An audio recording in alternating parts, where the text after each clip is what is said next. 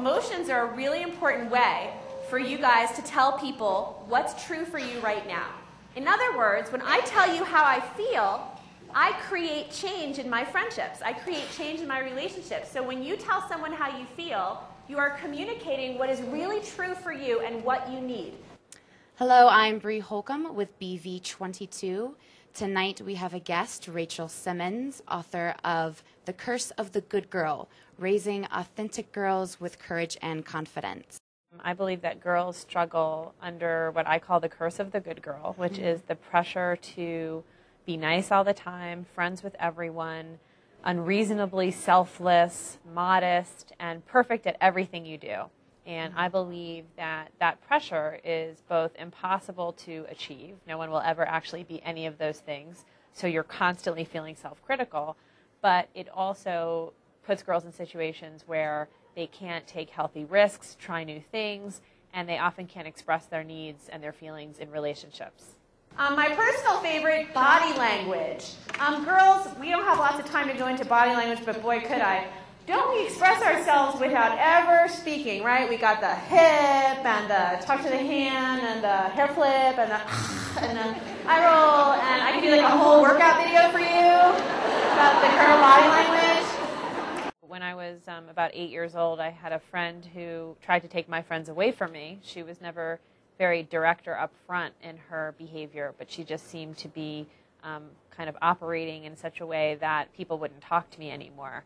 And that was a really powerful and unusual experience for me, and it really marked me. Some years later, I was involved in a bullying episode where I was on the other side of the table and actually did something really regrettable to a friend of mine. So both of those episodes in my life have been really powerful in my history. Well, I think what's so interesting is how many adult women come up to me and say, I am dealing with the curse of the good girl. I am reading your book, not because I have a daughter, but because I deal with this. I struggle with this. And that really surprised me, because I really wrote this book for parents and teachers of girls and for the girls themselves. And I never dreamed that people would be picking it up as adult women. You know, the harder that we try to be liked by everyone, the harder that we try to be nice, the harder that we try to do everything right, the worse we end up feeling about ourselves. Because you can't do that. So you're always feeling like you're doing something wrong, and you're always feeling like you're not good enough. And I think that girls shouldn't have to live like that. I know that a lot of good girls grow up and still deal with this stuff. And I know a lot of moms deal with this stuff. A lot of women deal with it, period. And I think one of the worst parts about it is that it takes you away from who you really are. So you can't be yourself if you're trying to be all those things, if you're trying to be that good girl. So many things that she said spoke to me as well as to my daughter. So she had so many good take-home messages that I think I can apply to my kids, as well as some of the websites.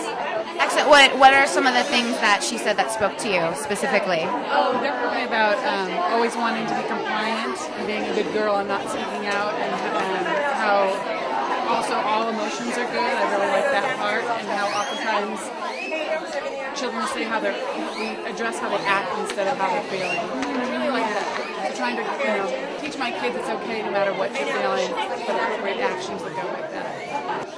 This is Bree Holcomb with Boulder Channel 22. We're just signing off for the evening. We were interviewing Rachel Simmons, her presentation and book tour, The Curse of the Good Girl, Raising Authentic Girls with Courage and Confidence. Thank you so much for tuning in, and good night.